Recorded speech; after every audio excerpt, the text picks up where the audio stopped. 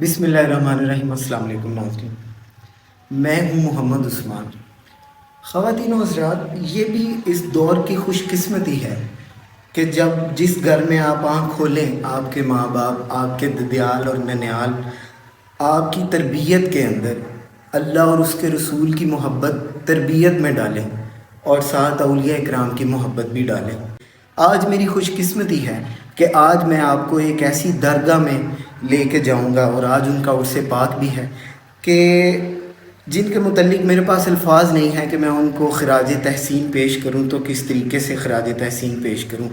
गुजर खां से तकरीबन 20 से 25 किलोमीटर दूर जब्बड़ से आगे एक गांव है रताला राजगां, जहां पे वो आराम फरमा है। आज मैं आपको अताए अजमेर व कलियर, बंदा परवर, गरीब नवाज, हजूर किबला पीर सैयदी व मुर्शदी सैयदना साबर हुसैन शाह साबरी चिश्ती सलानी सरकार रहमतुल्लाह अलैह की बारगाह की दरगाह की ज़ियारत करवाऊँगा। आज हम उनके उर्स पाक की तकरीबात भी देखेंगे। आज के इस सफ़र में मेरे साथ मेरे कुछ दोस्त भी हैं, बिलाल, अहमद और अफजाल साहब, उनसे भी मुलाकात करवाऊँगा। आइए हज़रत की बारगाह में पहले सलाम अक़ीदत पेश करते हैं।